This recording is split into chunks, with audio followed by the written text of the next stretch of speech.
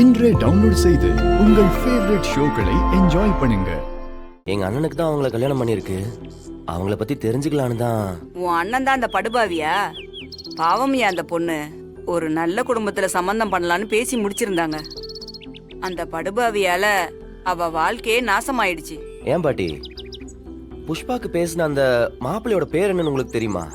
அது அது நல்ல பேரு, மறந்து போச்சியா?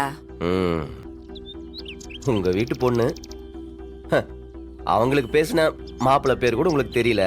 வயசாயிடுச்சுல்லப்பா, பழசெல்லாம் மறந்து போகுது. ஓ ஆமா, புஷ்பாக்கு இப்படி ஒரு அநியாயம் நடக்கும்போது நீங்கெல்லாம் எங்க இருந்தீங்க? பக்கத்து ஊருக்கு போயிருந்தோமையா. காலையில வந்து பார்த்தா கந்த கோலமா உட்காந்துருந்தா. நான் தெரியாம தான் கேக்குறேன். எங்க அண்ணன் போதையில இருந்தா சரி, ஆனா உங்க பொண்ணு தெளிவா தானே இருந்தா? ஆமா. அப்ப எங்க அண்ணனை கிட்ட வர விடாம தடுத்துருக்கலாமே. அடிச்சிருக்கலாம், கையில கிடைக்கிறத ஏதாவது எடுத்து அடிச்சு அவங்கள காப்பாத்திக்க ட்ரை பண்ணிருக்கலாம். அது உன் அண்ணன் முரட்டுத்தனமா அவகிட்ட நடந்திருக்கான். ஒரு பொண்ணால எவ்வளவுதாயா போராட முடியும்? ஓ அப்படி வரீங்களோ?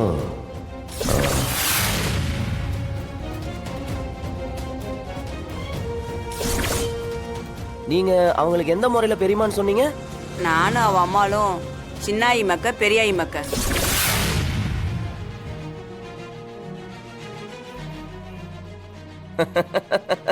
என்ன கொஞ்ச நேரத்துக்கு முன்னாடி தான் அத்தான் நீங்க, இப்ப அப்படியே பெரியமானு மாத்தி பேசுறீங்க?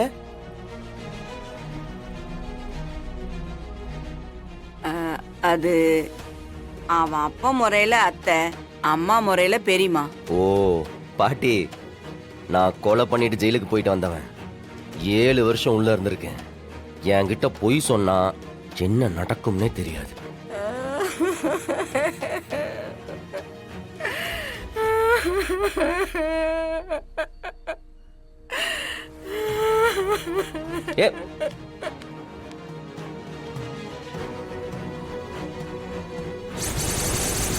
இவங்க எல்லாரும் சேர்ந்து ஏதோ ஒன்று பர்பஸா மறைக்கிறாங்க.